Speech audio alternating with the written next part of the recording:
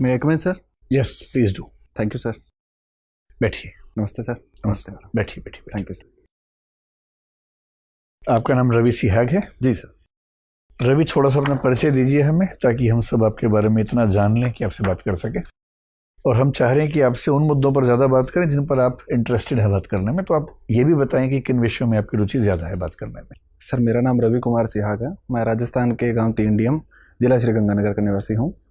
मैंने अपना graduation political science, economics और इंग्लिश लिटरेचर से किया है। उसके बाद में सर मैंने यूपीएससी के लिए प्रिपरेशन स्टार्ट की और 1 साल IRTS के तौर पर काम किया। उसके बाद में इंडियन डिफेंस अकाउंट सर्विस के में अभी मैं कार्यरत हूँ। ये बताएं कि रेलवे में बहुत समय तक एक समस्या चलती रही जिसको हम डिपार्टमेंटलाइजेशन या कंपार्टमेंटलाइजेशन बोलते हैं। इसमें दिक्कत थी कि रेलवे अकाउंट्स के लोग, रेलवे पर्सनल के लोग, रेलवे जो बाकी सर्विसेज हैं, ट्रैफिक के लोग या इंजीनियरिंग सर्विसेज के लोग, उन सब में इतना गुटबाजी होने लगी कि रेलवे के लिए मैनेज करना मुश्किल हो गया। तो फाइनली एक फैसला हुआ कि हम इन सब सर्विसेज को मर्ज करके, पुलिस को छोड़ के, RPF को छोड़ के IRMS बना देते हैं, रेलवे मैनेजमेंट सर्विस बनाते हैं, जो कि बन भी गई है। इस बार से वो उसकी वैकेंसीज भी आ गई हैं।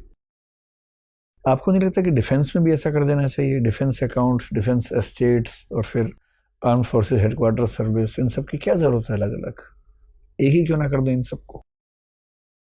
मतलब जो नॉन बैटल फील्ड सर्विसेज हैं, जो बैटल फील्ड की हैं वो तो अलग है, लेकिन जो बैटल फील्ड में लोग नहीं जाने वाले हैं, जिनको सिविलियंस आपकी मतलब लैंग्वेज में सामान्यतः कह देते हैं, उन सर्विसेज को अलग अलग रखने का क्या प्रयोजन हो सकता है? सर, इसके कुछ प्रयोजन जो बताए जाते हैं वो पहला ये है कि डिफेंस एक बहुत बड़ा सेक्टर है।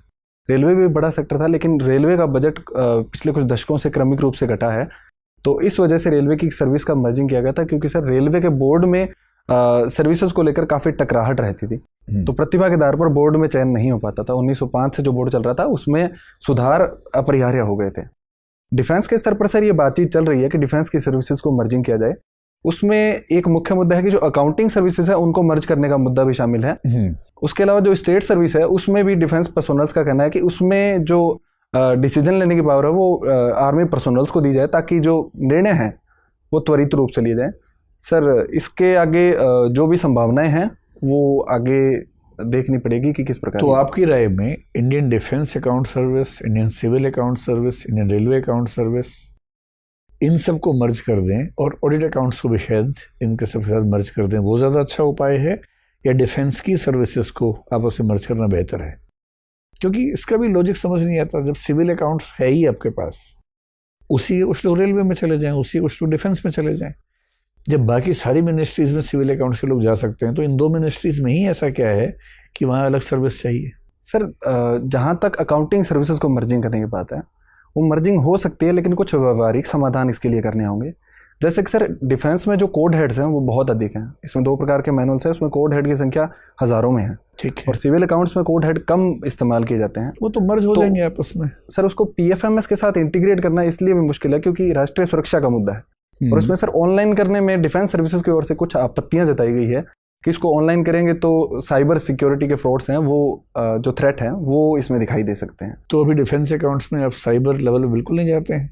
सर कुछ पेपर पे होता है? सर काफ़ी हद तक अभी पेपर पे काम चल रहा है, लेकिन अभी जो हैदराबाद में इंडियन जो टेक्नोलॉजी सेंटर है वहाँ पर उन्होंने एक प्रबल विकसित करने की ओर बढ़ रहे हैं। आर्म्ड फोर्सेस की तरफ से इसमें सहमति जताई गई है, उस पर अभी काम चल रहा है। उसके अलावा सर पेंशन के स्तर पर डिजिटलाइज किया गया स्पर्श प्लेटफॉर्म है, और अकाउंटिंग स्तर पर ट्यूली प्लेटफॉर्म पे अभी काम चल रहा है। ठीक है। रवि जी सर। आप अर्थशास्त्र के छात्र रहे हैं। मेरा एक प्रश्न है, अगर एक फिल्म निर्माता अपनी मूवी को YouTube पे अपलोड कर दे तो उसके अलावा किन किन क्षेत्रों को आर्थिक नुकसान पहुंचेगा? सर कई प्रकार के क्षेत्र हैं जो मैं सोच पा रहा हूँ। पहला कि सर जो सिनेमा की जो कंस्ट्रक्शन इंडस्ट्री है उसको नुकसान होगा। दूसरा सर जो मॉल में काम करते हैं, सिनेमा के आसपास जो लोग काम करते हैं उनको नुकसान होगा। तीसरा सर जो सिनेमा ले जाने के लिए जो ऑटो रिक्शास हैं, जो किसी भी प्रकार के यातायात के साधन हैं, उनको नुकसान हो सकता है। रवि जी मैडम। आपके गांव का नाम बड़ा यूनिक है। जी मैडम। क्या मतलब है इसका? मैडम, मेरे गांव है जो पहले एक मरुस्थल का क्षेत्र था। इंदिरा गांधी नहर आने के बाद में ये क्षेत्र पूरी तरीके से परिवर्तित हो गया। तो एक प्रकार से नहर के योगदान को देखते हुए नहर से जो छोटी वितरिकाएं निकलती है जिनको माइनर कहते हैं, उनसे जो पानी की निकासी के द्वार होते हैं उनके द्वारों के नाम पर गांव का नाम रखा गया है। तो डीएम का मतलब है कि डबजाल एडजॉइनिंग माइनर, जो इंदिरा गांधी की एक छोटी माइनर है जो डबजाल गांव से होकर प्रवाहित होती है, उसके नाम पर सर इसका नाम रखा गया। बहुत बढ़िया। ये बताएं कि क्या इंदिरा गांधी कैनाल आने के बाद से जो वहाँ का एग्रीकल्चर है उस पर कुछ बुरा प्रभाव भी पड़ा है? जी मैडम, कुछ कुप्रभाव मैं देख सकता हूँ। जैसे कि जो सॉइल सैलिनिटी की समस्या है वो वहाँ पर आई है, जिसको स्थानीय भाषा में सेम कहा जाता है। दूसरा कि फसल प्रतिरूप में विकृति उत्पन्न हुई है। जो गेहूं और चावल की फसलें हैं उन पर ज़्यादा ध्यान दिया गया है, जिससे लैंड डिग्रेडेशन और भूमि की गुणवत्ता प्रभावित हुई है। अगर आपका चयन हो जाता है, आपको एक जिले का, अपने ही जिले का कहिए, डीएम बना दिया जाता है, तो आप महिला सशक्तिकरण के लिए क्या एकदम कॉन्क्रीट स्टेप्स उठाएंगे? मैडम, मैं सबसे पहले मेरे ऑफिस से स्टार्ट करूँगा। मेरे ऑफिस के अंदर जितनी भी महिलाएं काम कर रही हैं मैं उनको प्रोत्साहित करूँगा और एक समिति बनाऊँगा जिसमें महिला सदस्यों को रखकर इस कार्य के लिए एक योजना तैयार करूँगा। उसके बाद में मैडम मैं जितने भी एसडीएम और बीडीओ हैं उनके स्तर पर एक मीटिंग लूँगा और उन्हें अपनी योजना के बारे में बताऊँगा। सबसे महत्वपूर्ण काम मैडम मैं जो करूँगा वो ग्राम सभा के स्तर पर करूँगा। ये देखा जाता है कि ग्राम सभा की मीटिंग्स गाँवों के स्तर पर बहुत कम मात्रा में होती है। मैं खुद वहाँ पर कुछ गाँवों का दौरा करूँगा और कुछ गाँवों का वीडियो कॉन्फ्रेंसिंग के जरिए वहाँ पर वैल्यूएबल इनपुट लूँगा और वहाँ पर जो सरकार की योजनाएं हैं और जो कार्यक्रम हैं उनको इम्प्लीमेंट करूँगा। दूसरा, महिला साक्षरता के स्तर पर मैं जो भी सरकारी योजनाएं हैं उनके अच्छे से इम्प्लीमेंट के लिए एक प्रगति रिपोर्ट भी मंगवाऊँगा। तीसरा, जो विमेन का हेल्थ है उसमें जो ग्राउंड लेवल के कार्यकर्ता हैं, जैसे आशा कार्यकर्ता है, एएनएम कार्यकर्ता है, उनको एक प्रकार से प्राइज़ की व्यवस्था करके उनको अच्छे काम के लिए प्रोत्साहित करूँगा, जिससे ये काम अच्छे से कर पाऊँ। Thank you ma'am. Ravi Kumar ji, आप राजस्थान से आते हैं जी तो मुझे बताइए, राजस्थान को रंगीला राजस्थान क्यों कहते हैं? मैडम, राजस्थान के बारे में कहा जाता है कि प्रकृति ने यहाँ पर भूरे रंग के अलावा कुछ भी नहीं दिया।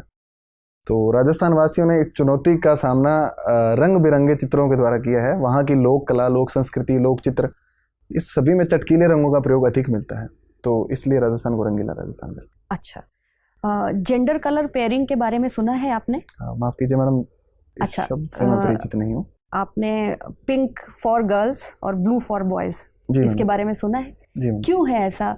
गुलाबी रंग महिलाओं के लिए और नीला रंग पुरुषों के लिए, क्या कारण हो सकता है इसके पीछे? मैम, एक कारण मैं ये सोच पा रहा हूँ कि गुलाबी रंग है वो हल्का रंग है, लाइट रंग है और शांति का प्रतीक इसको माना जाता है, और नीला रंग है वो चटकीला रंग है, थोड़ा भड़काऊ रंग है, और पुरुषों को जनरली थोड़ा अधिक साहसी, क्रोधी आदि उपाधियों से सुसज्जित किया जाता है।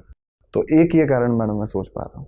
अच्छा, तो अगर आपको एक कलर चुनने को कहा जाए जिसमें दोनों के गुण आ जाएं, तो आप कौन से रंग को चुनेंगे जो महिलाओं और पुरुषों दोनों के गुणों को समाहित करे अपने अंदर?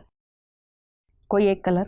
मैडम, सफ़ेद रंग मैं चुनूंगा, मेरा पसंदीदा रंग भी है। अच्छा, ठीक है। ये बताइए, अगर कोई व्यक्ति 2 पैरों से भागता है, यानी कि मनुष्य, और जानवर जो 4 पैरों से भागता है, दोनों में से ज़्यादा तेज कौन भागेगा? मैडम, ये बॉडी साइज पे और आकारिकी पे ज़्यादा निर्भर करेगा। हाँ, कि कुछ जानवरों में 4 पैर होते हैं लेकिन फिर भी हम उनसे तेज भाग सकते हैं, और कुछ जानवरों में 4 पैर होते हैं जैसे कि घोड़ा, वो हमसे तेज भाग सकता है। तो शायद शरीर की जो आकार है, आकारिकी है, उस पर अधिक निर्भर करेगा। उस पर अधिक निर्भर करेगा।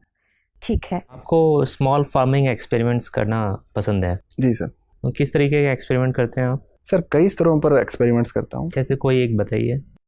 सर, एक के स्तर पर जो अभी रिसेंटली हमने सर ऑर्गेनिक जो गेहूँ है उसका उत्पादन शुरू किया। अच्छा, ऑर्गेनिक की बात की जाए तो भारत के पड़ोसी देश में भी ऐसा एक एक्सपेरिमेंट हुआ जो कि बहुत ही घातक साबित हुआ है। जी सर। कौन सा देश है वो? सर, श्रीलंका में ऐसा हुआ है। तो श्रीलंका में जो इकोनॉमिक क्राइसिस चल रही है उसके अगर 2-3 मूल कारण बताने हो तो कौन से कारण है? सर, पहला तो कोविड-19 जो बीमारी है उसकी वजह से वहाँ का जो एक मुख्यतः टूरिज्म ड्रिवन इकोनॉमी है उसको नुकसान हुआ है। दूसरा सर, जो एग्रीकल्चर में उनके द्वारा डिसीजन दिए थे कि कोई भी कृत्रिम फर्टिलाइजर या ऑर्गेनिक फार्मिंग पे शिफ्ट कर लिया था उन्होंने। जी सर। फिर उसको वापस ले लिया गया। जी सर। और तीसरा सर, उनकी जो राजनीतिक और आर्थिक नीतियाँ हैं वहाँ पर भ्रष्टाचार बहुत अधिक है, तो उन नीतियों को मैं अभी तो वहाँ एक जो वहाँ के शासन में, जैसे भारत में भी हम लोग सुनते हैं कि परिवारवाद काफ़ी हावी रहता है। जी सर। तो एक समय में राजपक्सा फैमिली के कितने मेंबर्स थे वहाँ की सरकार में? अभी तो उन्होंने रिज़ाइन कर दिया कई मेंबर्स ने, लेकिन जब सारे थे तो कितने मेंबर्स थे? सर, बताया जाता है कि 40 से अधिक परिवार है वो सरकार के विभिन्न पदों पर कार्यरत। ठीक है रवि, आपसे बात करके बहुत अच्छा लगा, अब जा सकते हैं। Thank you sir. Thank you madam. मैं एक मिनट सर। आइए। Thank you sir. बैठिए। Thank you sir. कैसा अनुभव रहा? सर अच्छा अनुभव था। ठीक है, अब कुछ कहने को बचा नहीं है, कहने सुनने को बचा नहीं है। जी सर। तैयारी तुम्हारी बहुत शानदार है, बाकी सीटिंग वीटिंग ठीक है, ड्रेस तो आपकी शानदार है, बहुत ही बढ़िया ड्रेस है, कहीं कुछ कहने की बात ही नहीं है। और शुरू में पहले 2-3 मिनट में 2 शब्दों का उच्चारण गलत हुआ था। जी सर। अब तब सवाल मैं ही पूछ रहा था, मैं लिख नहीं पाया, तो बाद में मुझे एक तो याद आ गया, आप बाकी रिकॉर्डिंग में देखना। जी सर। एक तो प्रोस्पेक्ट्स बोलना था, प्रोस्पेक्टस आपने बोला था। जी सर। तो वो थोड़ा सा ध्यान रखना। ठीक है। एक हिंदी का शब्द था, मैं वो मिस कर रहा हूँ, वीडियो देख के आपको समझ में आएगा। मुझे भी लगा था, बट मैं खुद बोल रहा हूँ सर की क्या। देखो, एक तो उच्चारण की गलतियां क्या हैं, जो रीजनल टच होता है उसको हम गलती नहीं मानते। जी सर। जैसे एक शब्द था परिपक्व, अब वो राजस्थान का व्यक्ति जब बोलता है परिपक्व ऐसे कुछ बोलता है, वो तो रीजनल टच है, उसमें कोई दिक्कत नहीं है। लेकिन ऐसा एक शब्द आया था, एक बार आप देखेंगे तो समझ में आएगा, कुछ मिस्टेक थी, बस वो देख लेना।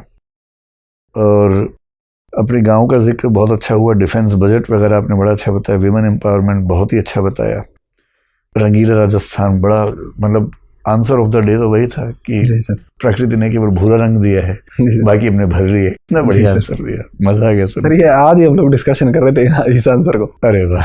जी सर, मतलब प्रश्न भिड़ गया आपका। जी सर। पेपर लीक हो गया है ना। एक आध क्वेश्चन करंट अफेयर्स का कोई चूका है आपसे, जो कि बहुत जेन्युइन है, इतना चूक ही जाता है, लेकिन फिर भी अगर देखना ही है तो करंट अफेयर्स से एक बार देख लीजिए। सर मैं सोच रहा हूँ कि इस बार वाइल्ड गेस के बजाय एक सॉरी बोल दो, थोड़ा सा मेरे को भी पॉज मिल जाएगा। दिक्कत नहीं है, एकदम सॉरी बोलो जहाँ दिक्कत है। जी सर। एकदम कुछ कहने की जरूरत नहीं है, सब बढ़िया है। इस बार 2 साल के लिए मसूरी की तैयारी करो और बढ़ो आगे। जी sir. All the best. Thank you. कुछ पूछना है आपको? सर अभी तो कुछ नहीं पूछा, मेन वही क्वेश्चन था सर, IRTS वाला, वो थोड़ा मैं सोच लेता हूँ। एक बार सोचो, बैठते हैं अलग से। जी किसी दिन बैठ जाते हैं, ठीक है, जाइए, शुभकामनाएं। Thank you sir. Thank you ma'am. All the best.